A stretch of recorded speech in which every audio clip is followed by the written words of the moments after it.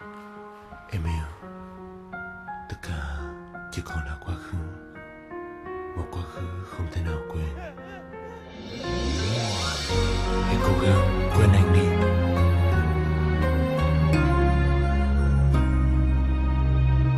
Chúc em hạnh phúc.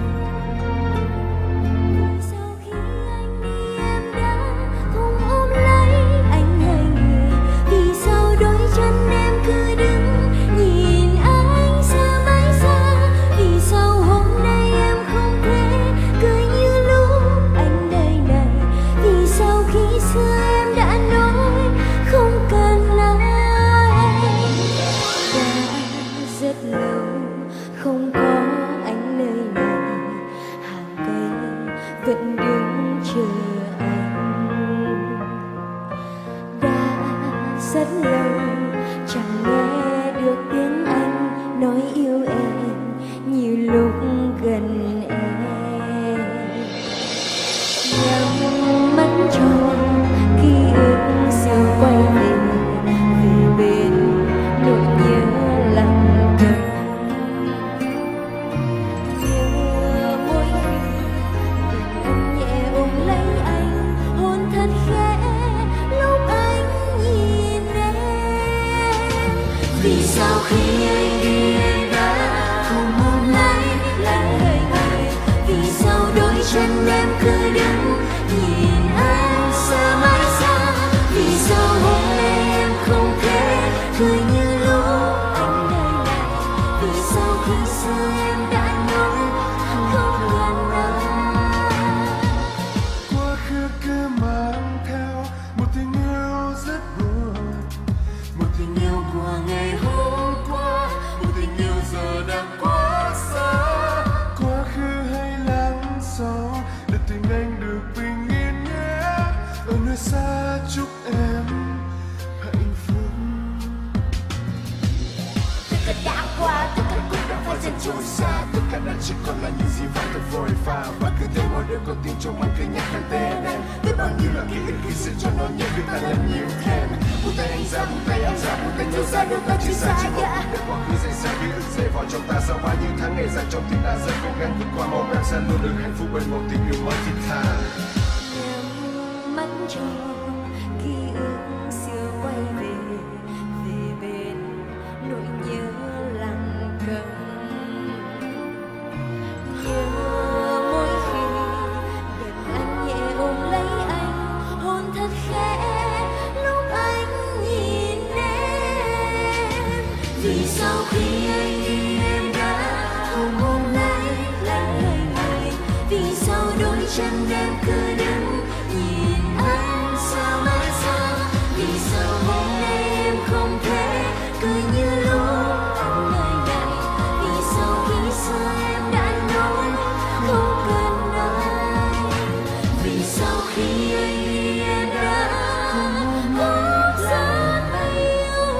Sao anh đi em đã Em xa mãi xa. vì sao em không thể. Sao khi xưa em đã nói không cần anh. Và hôm nay con tim em mong đi một người.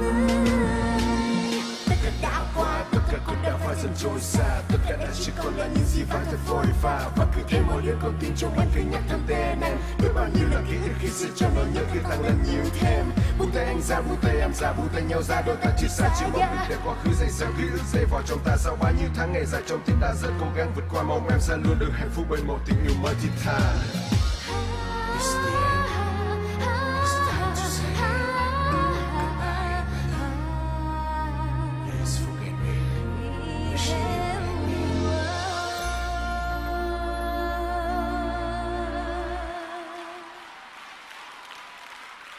lấy anh, hôn thật khẽ lúc anh nhìn em. Vì sao khi anh đi em đã không ôm lấy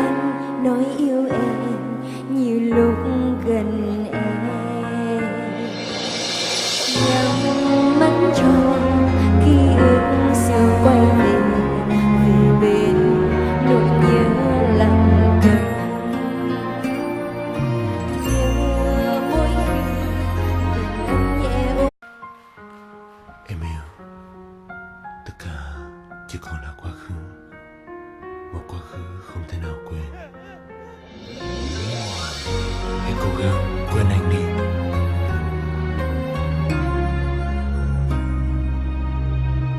Chúc em hạnh phúc.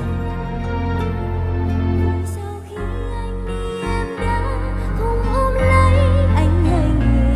Vì sao đôi chân em cứ đứng nhìn anh xa mãi xa. Vì sao hôm nay em không thể cười như lúc anh đây này. Vì sao khi xưa em đã nói quá khứ hay lắng gió để tình anh được bình yên nhé.